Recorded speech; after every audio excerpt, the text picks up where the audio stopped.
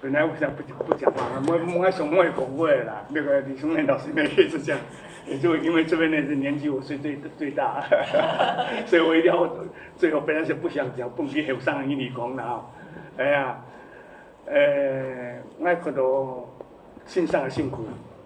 虽然躺在线上指导老师摸题呀，好上一点摸题呀，但是呢，我也是一直讲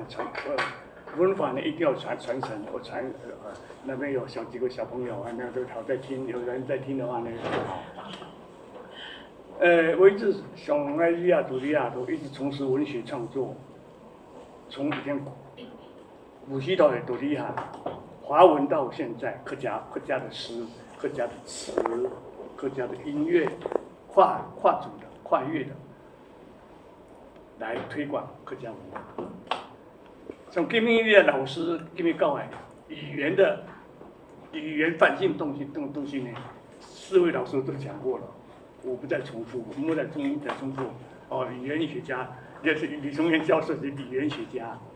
跟他们几位都是对来理念推动的第一线。非常感激的。但是我今日看到的品性的技术程度，但